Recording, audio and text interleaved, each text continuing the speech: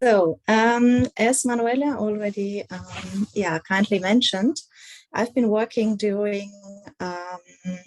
some time now on the topic climate change and migration.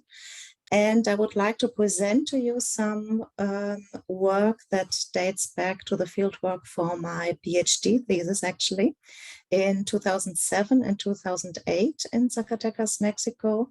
And that I could follow up with some additional qualitative interviews in 2018. So I'm trying to reflect a little bit the development over this time in the community where I did the research, but also in maybe in a general way while looking at the academic debates about the relationship between climate change and migration. And I would like to divide my presentation into two parts. In the first part, I would like to give you some background information about climate change and migration. The term climate refugee, which you might have stumbled about, and I'm not sure if all of you are so familiar with the concept of the climate refugee and generally the debate about climate change and migration. So just some words about that. And the question about complexity of the relationship between climate change and migration, and the question if migration should be understood as an adaptation strategy to climate change or not, or how we can maybe frame it otherwise. And the second part is about my case study, actually in Mexico, in the state of Zacatecas. So I'll give you a short overview about the methodology and methods, some background information, and then, of course, discuss the results with regards to the importance of agriculture and the relationship between climate change and migration. And I think I would like to make, and I will come, of course, in much more detail to that later on, but I think I would like to make maybe two general points about methodological issues when researching the relationship between climate change and migration, and maybe the difficulty that coming from using an abstract concept such as climate change and researching what impacts it has on migration, and the trouble also of using agricultural output, yield output, as a proxy to measure those effects. And the second general point I would like to make is about the conceptual and the theoretical background. And I'm arguing here that actually this relationship is strongly under-theorized. There's a lot of policy-making debate about it. There's a lot of debate from an activist perspective, which is also good because, of course, climate change is a pressing issue. Migration is also a very important issue. So, of course, the topic has a very strong policy relevance.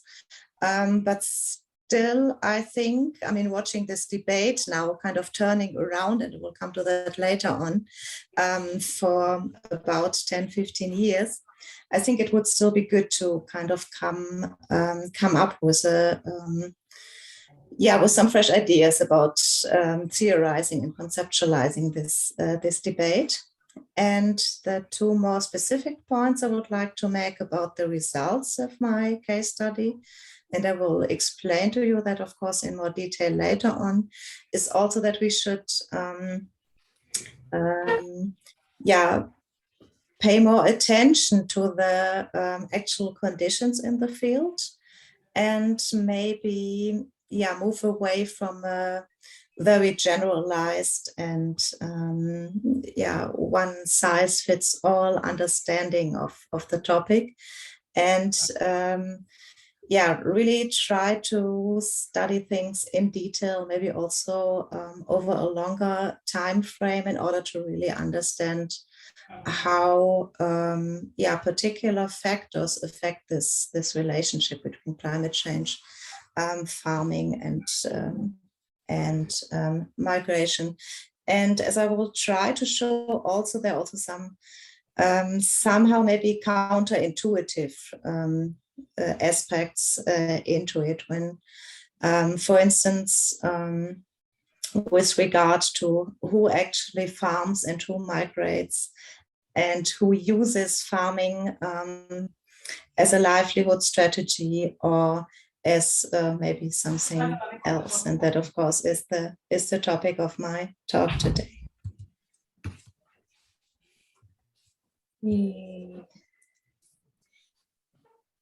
Okay, let me start by looking a little bit of the term climate refugee or climate change refugee.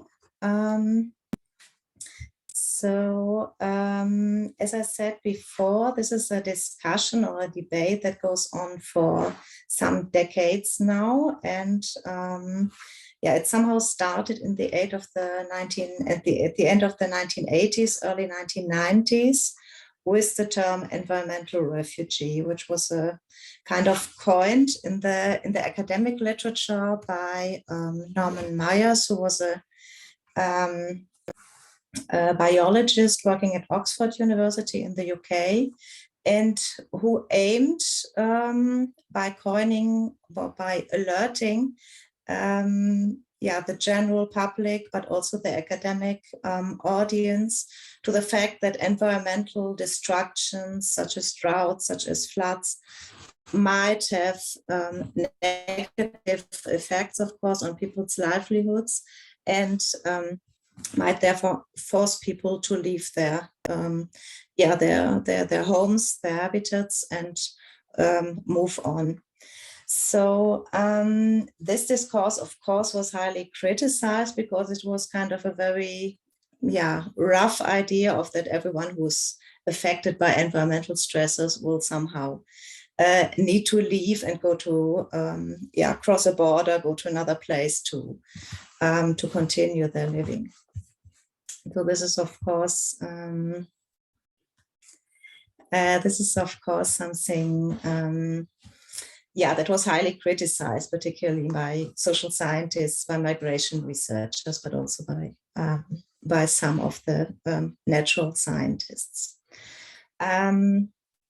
So then in the 2000s, when climate change became more of a topic of interest, or of general interest in academia, but also in the public and in policy circles, the debate kind of shifted from the idea of environmental refugees to the idea of climate refugees, kind of making the same point that climate change would somehow affect people's lives and livelihoods in a negative way and force them to move.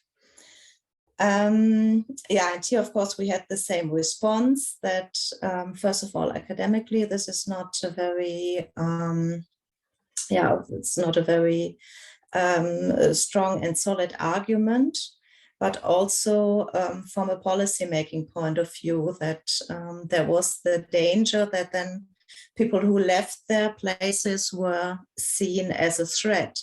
Instead of seeing environmental change or climate change as a threat, there was the danger that governments in the global north at the time, and that was, of course, before the big movement of forced migrants and refugees who came to Europe in 2015, for instance. So there was this idea, this fear that governments and the public would think that there would be a strong movement of climate refugees in towards northern or towards countries in the global north. From an academic perspective, also this term of refugee was highly contested, because the Geneva Convention of course, clearly defines that who a refugee is, namely a person who is persecuted for several reasons, which do not include environmental change or climate change. So that kind of shifted the debate to this idea, okay, we should not talk about environmental refugees, climate change refugees, but we should better talk about climate migrants. So as I tried to show, somehow the use of the term bears various difficulties. First of all, how to define climate migrants, climate refugees, as it's also, of course, methodologically difficult to separate environmental reasons from other reasons for migration. And it's also very contested analytical and also very contested legal categories. Despite some claims we need to extend the Geneva Convention, or we need to find a particular protection mechanism for people displaced by climate change, which I think is a necessary discussion and a good approach. But at the moment, the term climate change refugee is still legally meaningless. And also there's a lot of, from an academic perspective, a lot of complexity about the relationship. First of all, of course, climate change is a very uncertain, very abstract and uncertain construct, where I think there's a consensus now that, what I think most people would believe that climate change exists, that it affects people negatively, but still there's a lot of debate about what will actually happen in the future, what exactly, how exactly temperature patterns will change, precipitation patterns will change. There are certain tipping points at which maybe the whole climatic system might collapse, and so on. So there's a lot of uncertainty regarding climate change.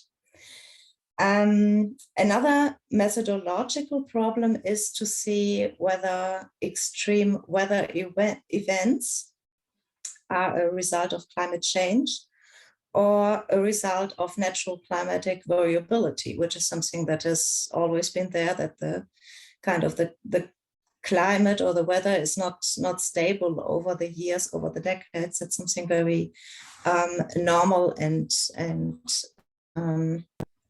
clear. So it's very difficult to associate one particular event with climate change. And that leads us to the question, how do we measure then climate change when we do research into climate change and migration, for instance? And what I briefly mentioned previously, very often what is used, for instance, is either precipitation patterns itself, and one does an analysis of correlation, for instance, between patterns of outmigration and precipitation patterns. So meaning, for instance, in years where there is less rainfall and maybe more outmigration, one might conclude that there might be a causal relationship between the two, which needs to be proven, of course, but this is maybe one way of approaching it. Or what other researchers have done, particularly quite often in the case of Mexico, is they looked at yield outputs. So how much do farmers produce, particularly subsistence farmers, and what does that, how does that maybe, those yield outputs, how do they change, and what might that mean for future migration patterns? Namely, that the argument mainly goes that farmers then will not be able to sustain themselves, their own livelihoods, and they will be forced to move out. And I will question this, as I previously said. The other side, of course, is the the question, how do people respond to those environmental stresses, if they are related to the climate or not.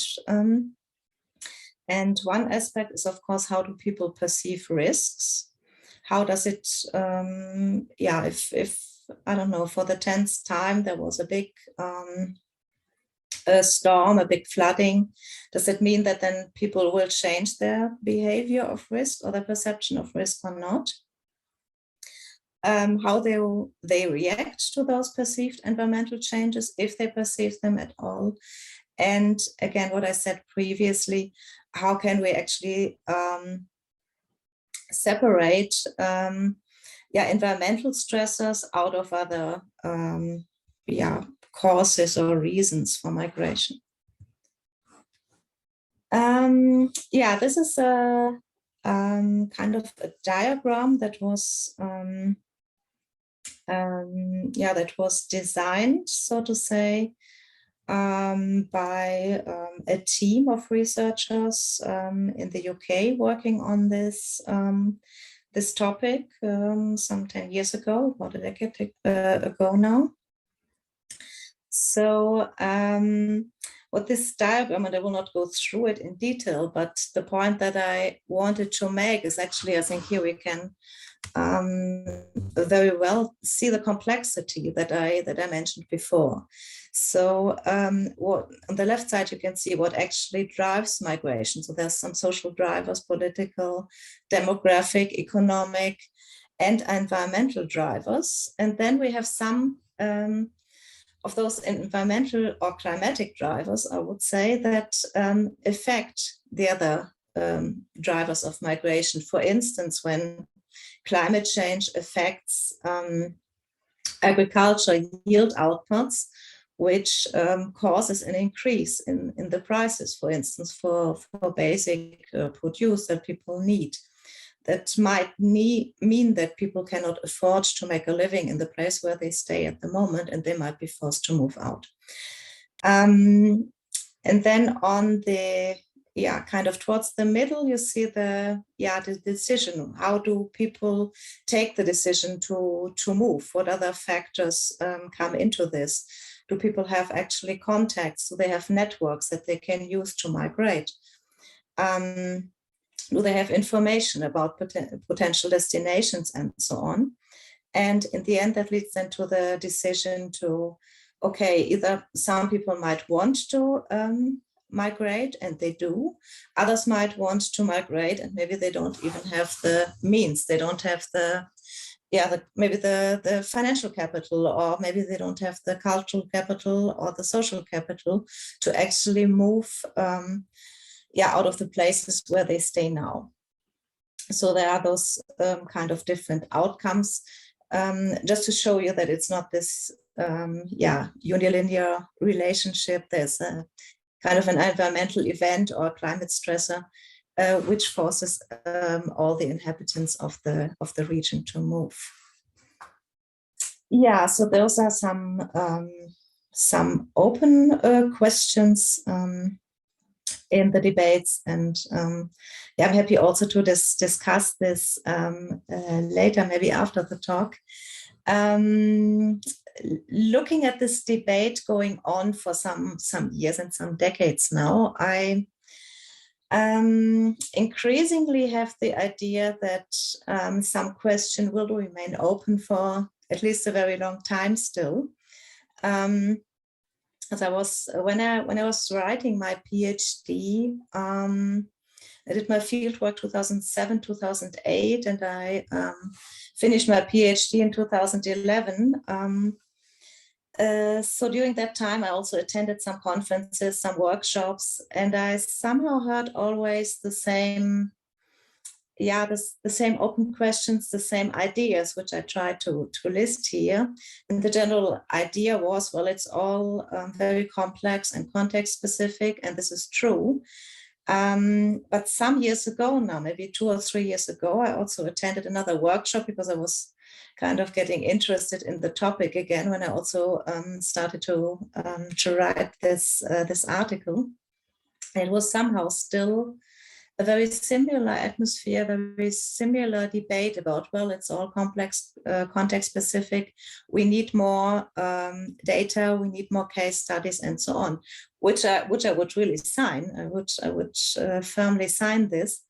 But I think there's not so much kind of new knowledge, except for some, of course, very interesting case studies, very important case studies.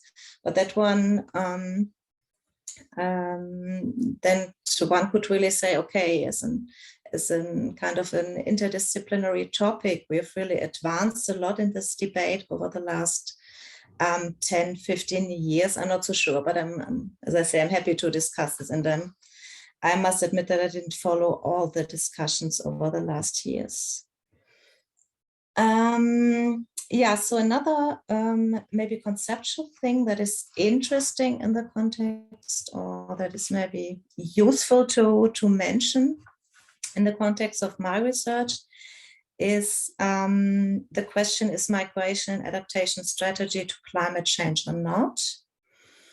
And those debates also kind of emerged in the 2000s, maybe around 2005, 2006, after those idea of that climate change forces people out of their places, after this idea of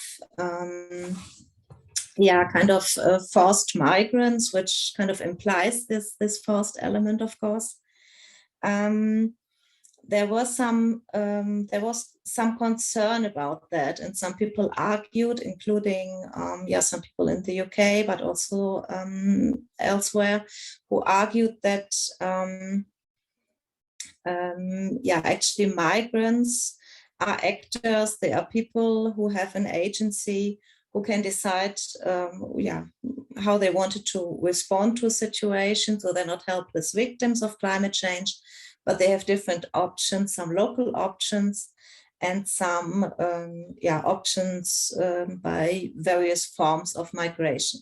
This, of course, doesn't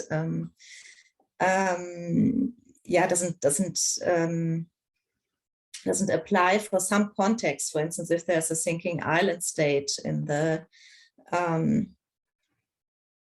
some of the small island states like Kiribati, Tuvalu, Fiji, and so on. Of course, everyone would agree if those are covered by water, there are no local adaptation strategies possible. But the argument that those people made in the 2000s was that, in most cases, there's maybe an environmental stressor, but people somehow have a choice, somehow can use their agency. And that was then very harshly actually criticized as a very neoliberal argument, as the argument, if then everyone who is affected by the negative consequences of climate change can just move out of their place, this kind of relieves states from their responsibility, and generally the world community from their responsibility. So this is just another kind of background discourse that I wanted to mention, because before I now start talking about the case study in Mexico, Zacatecas. And as I mentioned before, I had two phases of field research. The first one in 2007, 2008 was for my PhD thesis. And then I returned in 2018 to do some follow-up interviews. And in the meantime, I've always been kind of in touch, visiting the communities where I did my field work, and now everything has become a little bit more easy, of course, also with the with WhatsApp and other communication technologies. So what did I do? It's actually a qualitative study that I did, and the first time I stayed about in total, maybe about 6 months, because I was also doing some field work in Veracruz, which is not part of this paper that I'm presenting today. So it was about 6 months that I stayed in 2 different villages in Zacatecas. And then maybe, a good 3 weeks, almost 4 weeks in 2018 that I visited, basically the same people and asked them, some follow-up questions on the field work, or on the questions that I asked them 10 years previously. So that leads me to the methods. I mainly use semi-structured interviews, but also participant observation. As I said, I stayed in the villages for always for maybe 2 or 3 weeks. Then I took a short break, moved to the other village, and then back and forth. I also did some focus group interviews, and actually I didn't list that, but I also did some narrative interviews, particularly with old people, to ask them about their experiences, mainly to figure out what changed climate-wise in those villages, and also some interviews with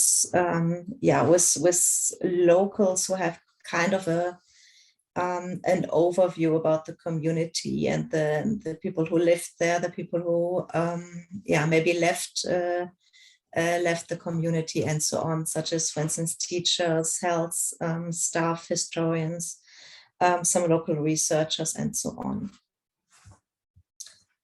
Okay. Just a few words about migration and the climate. Zacatecas obviously is one of the primary examples for a long or Mexican state with a very long history of international migration. High migration rates, mainly to the US, very often undocumented migration to the US, but also some contract labor to the US, but also to Canada, and of course some internal migration to Mexico City and to some places at the coast, for instance, the coast of Jalisco, where people worked in farming, where there is kind of all year a climate suitable for farming. So some people move in the winter months to farm there. And the climate, as you might know, of course, an arid to semi-arid climate, and it's getting a little bit drier towards the north even. And at the time when I was there, we had some droughts in consecutive years, and also some years after I stayed there, actually. And what one could observe, and this is interesting because when I asked the farmers directly about the precipitation level in the year, they said, well, it's raining actually less than it did before. But when you look at the statistics, it's actually the fact that it doesn't necessarily rain less, but it rains later in the year, which means that the rainfall is not useful for farming anymore. For instance, it used to rain maybe in May, so that then people could really start their farming cycle. At the time when I was there, sometimes the rainfall came in June or July. So that means that they couldn't complete the farming cycle before it became too cold to continue, so that their harvests got destroyed. So that also shows us how people perceive actually things differently than what you sometimes see in the numbers. Just very briefly, 2 villages, Laguna Seca, this is one village, and on the right-hand side, you can always see the pictures actually from my field work. And the other village, El Tigre, as you can see, there's a little bit more vegetation, some trees, people have some cattle, so it's a little bit less dry, maybe. although what you see in the bottom picture and the last picture, this is usually a lake, so that kind of dries out towards the end of the dry season. Okay, so let me come to the results of the study, if you like, to the points that I would mainly like to make near to the or next to the point about the methodology, where I think that yeah, it's important to maybe think about different ways of approaching the topic, maybe thinking about different ways of studying the topic, going more in depth, more in detail into the places that one studies to really understand what is going on in those places. And I will in a minute, I will explain you more about this, and that sometimes things can be a bit counterintuitive also.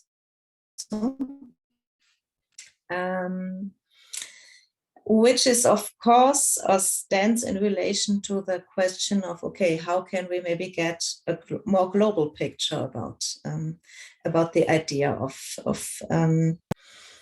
the relationship between climate change or environmental change and migration. And the second point, as I mentioned before, I think we need a lot more theory and a lot more kind of conceptual work about the topic. And at Bielefeld University, we started to kind of think about how this topic of climate change, environmental change might be integrated into sociological theory. And here we have kind of two problems. The first one, as I mentioned, there's not so much theorizing of the topic. And on the other hand, that a lot of sociological thought, a lot of sociological ideas kind of try to explain changes in society by society itself, by other changes in society, but by societal factors and not so much by the natural environment. Although there's a growing field of environmental sociology, but I think this particular topic needs some more work and reflection. But the point that I wanted to make here is about this relationship and about, or let's say about the relationship between climate change and its effect on farming, and then the assumed effects on outmigration of people. And for this, I would like to look a little bit more into the meaning of farming. And this is what the title actually tried to promise, of course, to go beyond this meaning of farming as a livelihood strategy, as something that people make their living on, that people need in order to kind of feed their families. And here I would like to make two arguments based on my findings in the during the interviews in 2007, 2008, but it's also, and that kind of assured me about this idea that this kind of, I also find the same aspects when I returned to the field in 2018. And the 2 points are that there's a difference between or along the lines of the socioeconomic level of people, namely that one might intuitively think that, okay, those people, those people who are maybe very poor and rely a lot on farming would kind of farm until they cannot anymore and then leave the place, which I found was very often not the case, because very often people who were farming and who noticed that their yield output was getting worse. I'm sorry. started to engage in other activities. Before actually the the yield output was so bad that they couldn't rely on farming anymore. So they were looking for local activities for they were selling maybe homemade products, they were offering services, they were moving to the nearby villages and so on, but they would not continue farming until they could not make a living out of it anymore and then move. This is the first observation. The second observation in this sense is that many people who actually did not need the farming for their livelihood continued to do so. So there were actually some people who said to me, and this is one quote, but I heard that in different formats and in different ways many times. When I asked people, why do you actually farm? Well, they said, because it's my land. My grandfathers farmed, my fathers farmed, and now it's my land, so I also have to farm. And I observed this when I came for the first time actually to the house of some people that I interviewed later. I saw this huge pile of corn that they used to feed the animals. So of course it had a certain value as kind of nutrition for their animals, but they couldn't use the corn, they couldn't use the maize. And so I thought, okay, the harvest failed, and okay, that can happen. Then some years later, I came again at the same thing. And again, a year later, the same thing. So they farmed while they knew that the output would not be good enough to consume. So they spent a lot of time, a lot of money, a lot of effort into this farming, because they could not they could not bear the idea of leaving their farmland unfarmed. So, which also didn't mean that they kind of left the place. No, they wanted to continue farming, although they knew it would kind of economically, it doesn't make sense. But those people, they lived from remittances that their children sent to them, that their brothers sent to them, and so on. So this is one aspect of the that I wanted to raise, and I'm coming to the second one, and then I will also stop, as I see that the time is actually for my talk is up. But just to make this final point still, next to the socio-economic situation as a stratifying factor, I also saw that kind of counterintuitively, it is mainly young people who did not engage in farming, whereas old people did. So basically, based on the same argument, old people very often continued to continue to cultivate the field. They said, I have this land, I inherited it, now we have it, and let's see what comes out of it. And this is also people who themselves, of course, do not migrate anymore.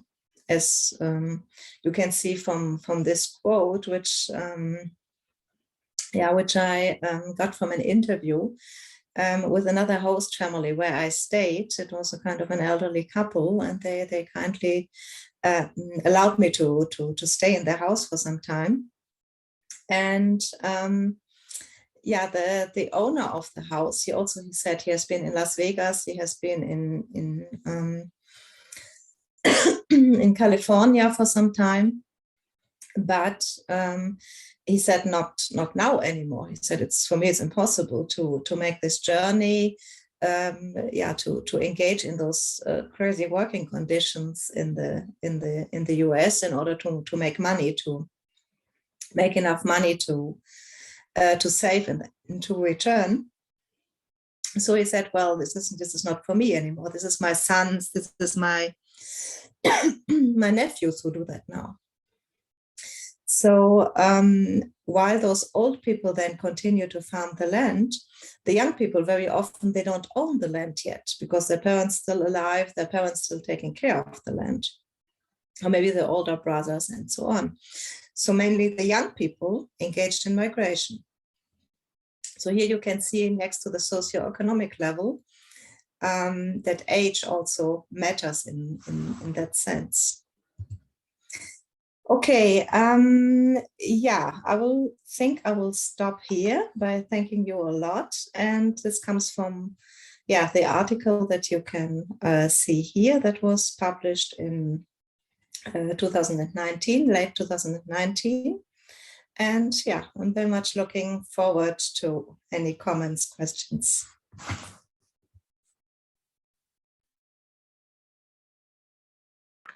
Thank you, Kerstin, for this very thought-provoking discussion.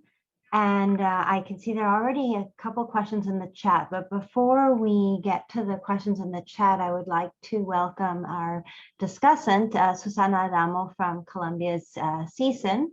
And Susana is a demographer and a research scientist at CIESIN with 2 decades of experience working on environmental migration and spatial demography. And she's recently working on this, on a project really looking at the intersection of the COVID pandemic and migration and climate change in the Northern Triangle of Central America, so just below Mexico, but she's actually also done a lot of work in Mexico. And she is going to share her perspective on Kerstin Schmidt's work. So thank you, Susana.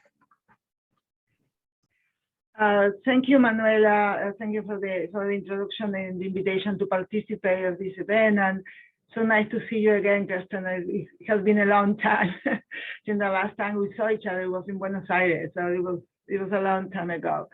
And I want to mention that in addition to the slide that Kerstin just showed, I based in my comments on the paper. I had the opportunity to read the paper, and I really like it a lot. And I'm going to make some comments so we have some time for discussion.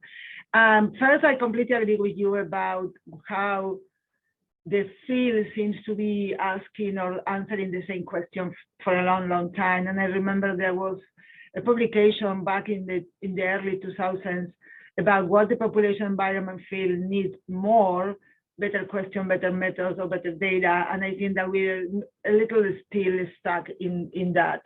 But at the same time, I think that because context matters, the questions are not being asked in the same way. So I think that there is kind of the recursive and dialectic discussion there to go. I think that's a very, very good point. So in terms of the context matters, I think that you show in your work that the context matters, but also that the context has many different levels and many different scales, if you want. And there is a particular part that I think is very important in terms, for example, national politics in Mexico and the type of land tenure that you're talking about is very much marked by the heroes.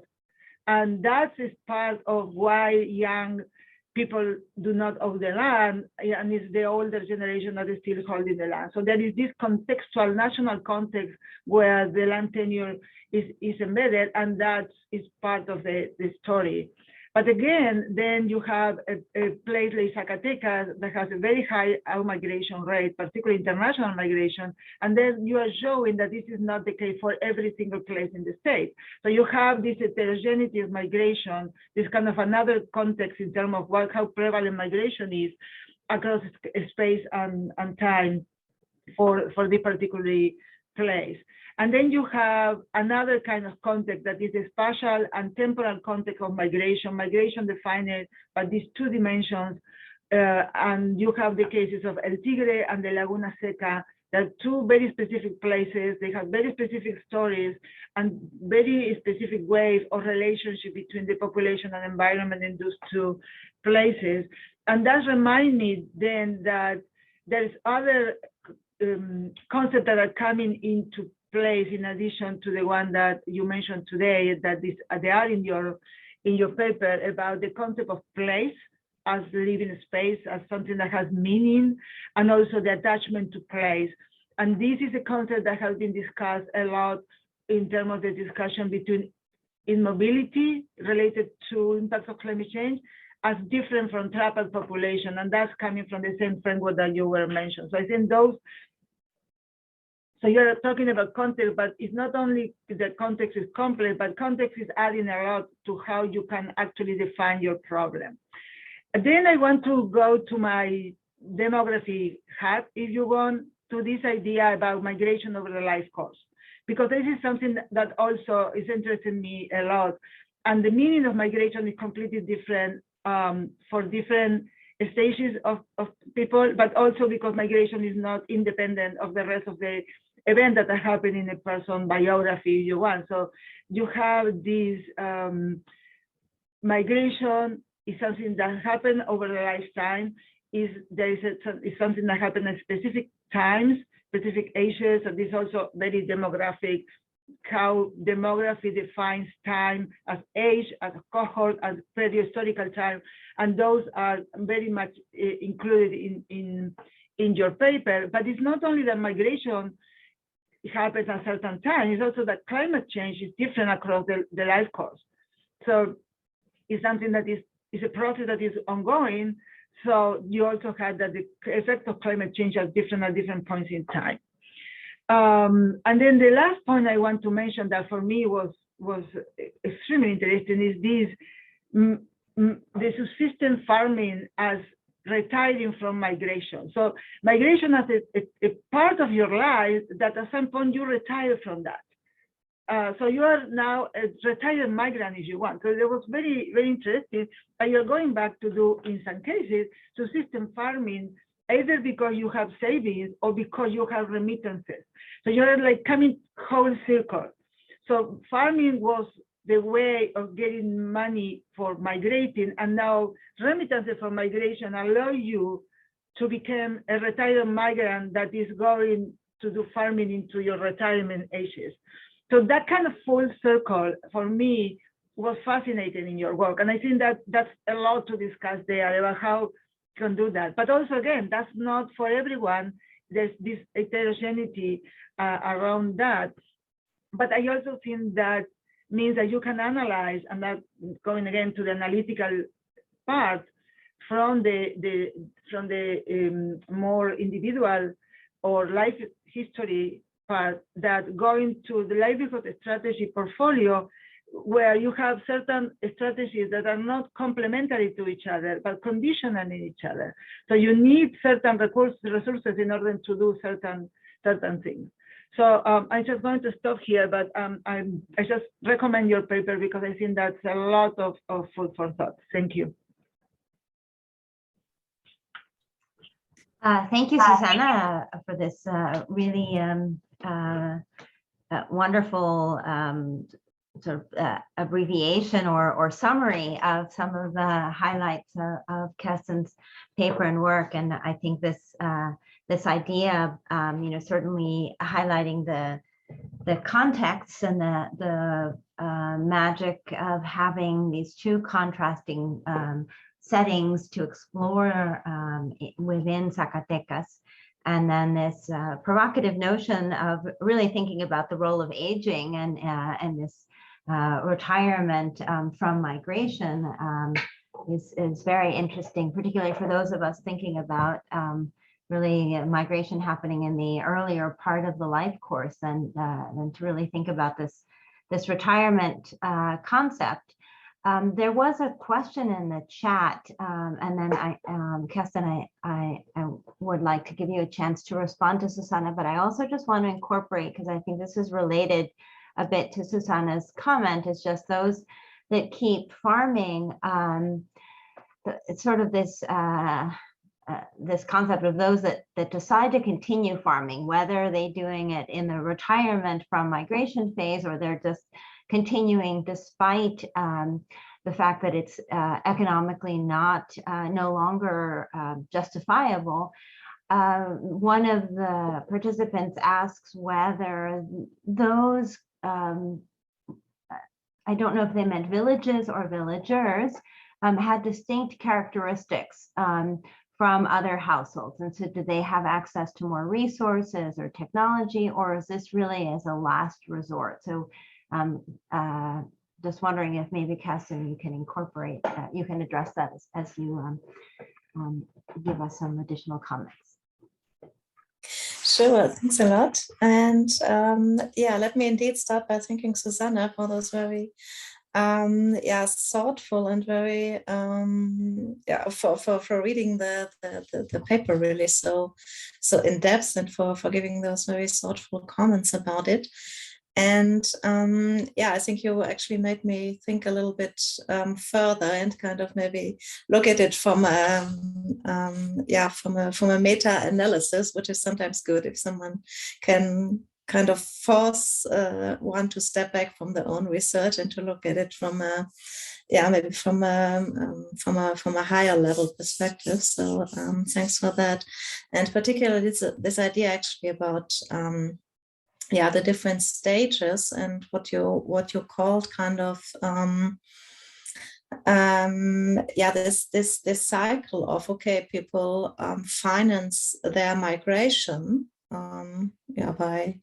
by the farming activities, or very often they take loans from their older relatives and so on, and then they send the money and they finance basically the people in the village. I think this is a very important aspects. And the second thing that I get out of your analysis is also this idea of there are many levels of complexity. I mean, I mentioned some maybe, but there are many more. There are many more levels of different village structures, then different structures within the villages and so on.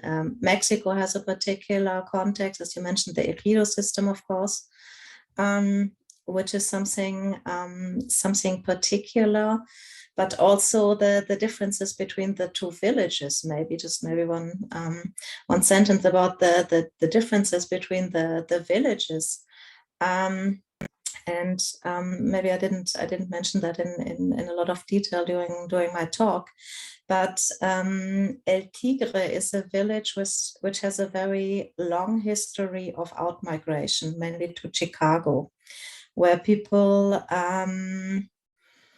but basically every family that I met has someone, a son, a cousin, a brother, a husband in Chicago. And this is based on the Bracero program in the past, where kind of those linkages in this guest worker program, where those linkages between kind of workers and employers in the US developed. And sometimes the sons then took over the same working spaces, or the younger brothers and so on. This somehow developed, whereas Laguna Seca doesn't have so much this history. I met some people who moved to the US, but that was mainly through contacts they had in other neighboring villages. So for instance, the family I stayed in Laguna Seca with, the husband once left with someone from the other village because they had kind of a family connection. So also here we have those different, kind of very different patterns of migration, but also of farming. And maybe that moves me to the question in the chat. I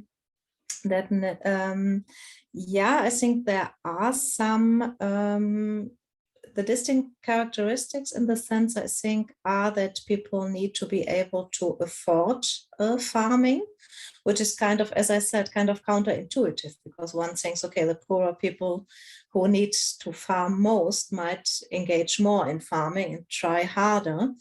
Although what I observed there was actually the opposite, that those who could afford a failed harvest, if you like, to express it like this, would engage much more in farming than the others. And they didn't necessarily use any technologies or resources. I mean, there is some irrigation systems, but this is mainly large-scale farming. So this is the big landowners, but not the subsistence farmers who use that. So farming in that sense mainly had this mean of, okay, let's first of all, we don't want to leave the land unfarmed. And second, if something comes out of it, that's in addition, that's beautiful, but it's nothing, that needs to happen.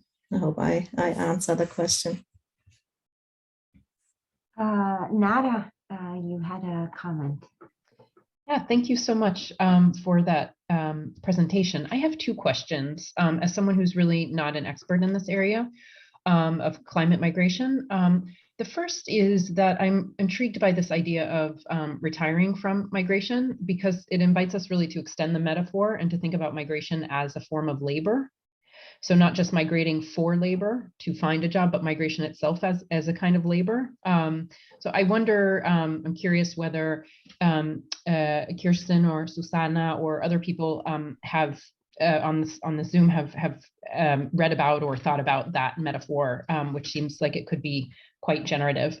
And the second question I have concerns that of categories, which you brought up at the beginning, this idea of climate migrants versus climate refugees. And if I understood correctly, you said that while people started off talking about climate refugees, they shifted the language because refugee has a particular connotation, and it doesn't include environmental and climate related causes of migration as part of its definition. And I actually am wondering, again, as an outsider to this field, whether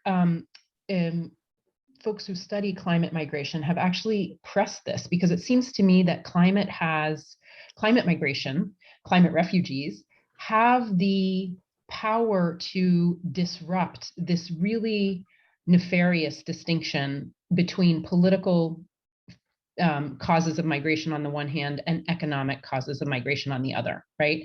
The entire asylum system is based on the idea that you can distinguish between these two causes. People either migrate for political reasons, in which case they have a right to asylum, or economic reasons, in which case they do not have a right to asylum. And we know, of course, that those two categories are inextricably intertwined. And it seems to me that climate migration is really powerful as a category, precisely because it shows how, I mean, it's simultaneously, it seems to me, political and economic.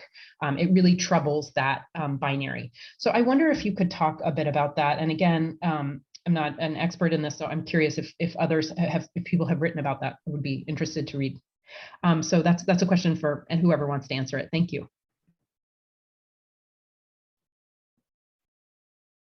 Kerstin, do you want to take an initial pass at this? Sure. Yeah, maybe later, or Susana, you want to say much more about the first question, because it was basically your point that you raised with this idea of retiring from migration. But I think it's a great concept. But maybe you want to. Yes, I mean, you want to start by this. Yes, just very quickly. I was talking about this idea of retirement, because in terms of the farming, you always have the idea of the farmer retiring from the land, and then usually what follows is nobody takes care of the land is abandoned. So there is this kind of transitions that you have.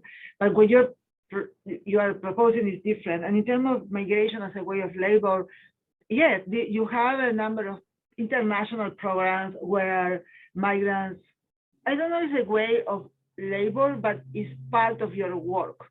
So as part of your work as an international worker, you travel. And so that's part of your task, if you want. Like, I think in Filipinos going to the Gulf, or the Bracero program at some moment where your job was working on the field, but the migration is part of that. So in that sense, I think that, yes, it's that. And you have seasonal migration, if you want, temporary migration, all those where migrating, moving is part of your job, it's part of your work description, if you want. Yeah. Yeah, thanks. Maybe I can come then to the second point that Nara made. And I find it a very I think it's a very, very good observation that you made. That of course, and I think here there are two fields to each other. One is the academic field of how can we actually distinguish, or should we distinguish between forced migration and voluntary migration? And I mean, this Nick van Heer's mixed migration, of course, comes to mind. And generally this idea of, okay, there's always some forced or some voluntary element in migration, because very few moves are completely voluntary or completely forced. So I think this is the academic definition of it. But when I look back at I think it was in 1999 or 2000, around the turn of the century, actually, Richard Black, who I mentioned before, and who happened to be my PhD supervisor, wrote a paper for the UNHCR where he made exactly this point, that we should not talk about climate refugees or climate change refugees. And he argued that that would kind of undermine the protection mechanism for the classical refugees, if you like the term, so the refugees defined by the Geneva Convention, because he argued that, and we're talking about the end of the 1990s,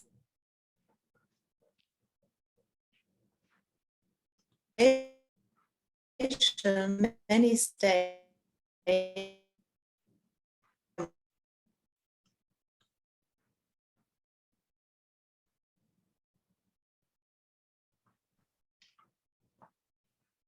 I think we lost you, Kerstin. I don't know if you could say this last bit again once your internet stabilizes.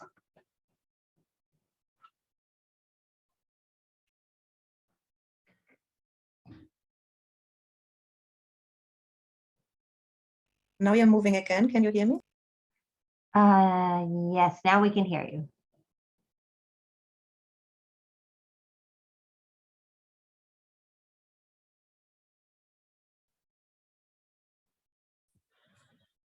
Hello? Yeah, we have you. Sorry, I think there was something wrong with my internet. So what I was going to say is that the point that I try to make is that actually exactly this this argument was made, that some researchers or some policymakers were afraid that states would not comply with their duties towards the kind of the classic refugees, or the refugees who have refugee status according to the Geneva Convention. If one would add kind of environmental change or climate change as another element, or as another reason for becoming a refugee, that would kind of make states refrain from protecting anyone. That was kind of the argument. I'm not defending this argument, but I'm just repeating it. And another argument that is often made is then, how do we distinguish then? Then why would kind of people displaced by climate change or environmental change be refugees, while people who, I don't know, live in a city and cannot make a living would not be refugees? So that was, to my understanding, maybe Susana, you see it differently, or someone else sees it differently, but that's from my understanding the reason why for this shift mainly.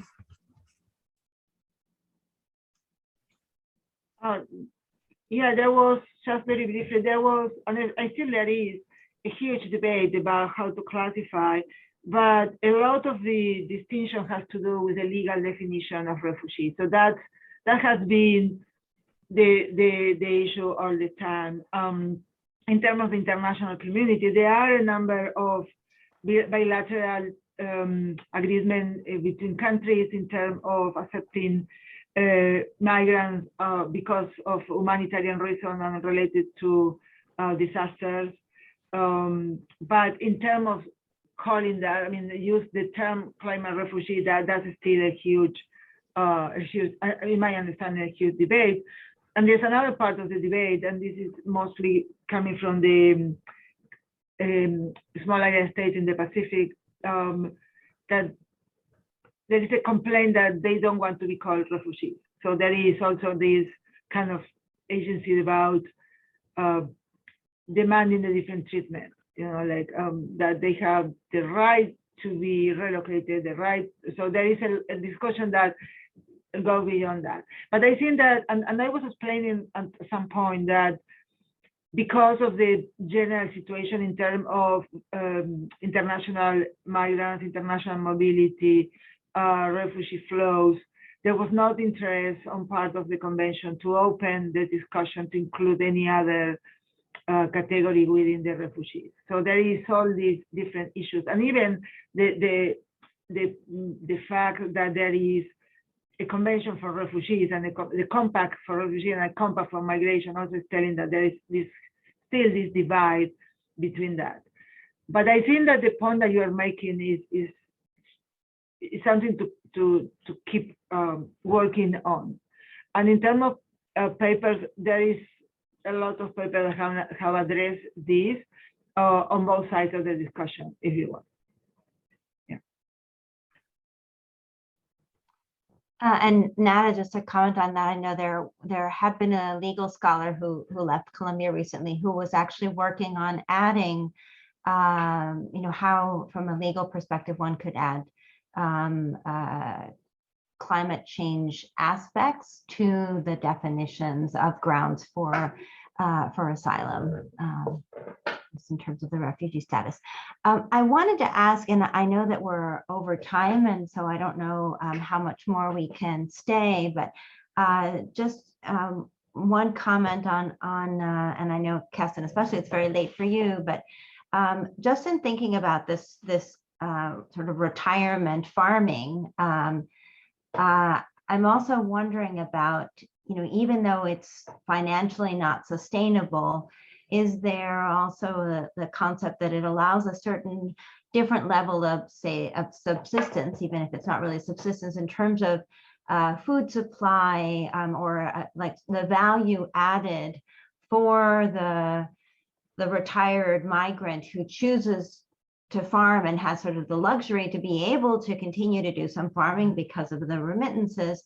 There's clearly they're deriving benefit from doing it, but it may not be a financial benefit. That the benefits may be coming in other ways. But I wonder, just from the sort of food perspective, food security perspective, are there some benefits that are perhaps less easily quantifiable, but still not negligible in terms of, say, the nutritional aspects that continuing to farm the surrounding land might have for those retired migrants? Yeah, thanks. That's an interesting question, and I was just thinking about it. I would say and this is maybe not something that I can really prove in sense of a solid academic or kind of a scientific result, but from what I observed in the villages, yes, I mean, some people really, they get something out of their farming also. I mean, if it's as I said, in that case, it was mainly kind of used to feed the animals, but sometimes they farm some beans also. Some people also, when they can somehow afford it, they use, how is that called in English, to bring the water from the well up the pumping system or so.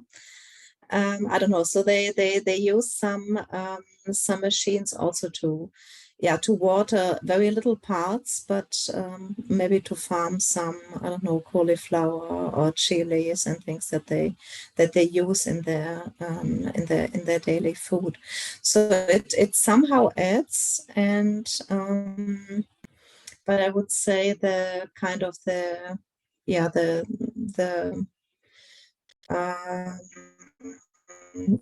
value, the psychological value, if you like, I think is bigger than the actual nutritional value.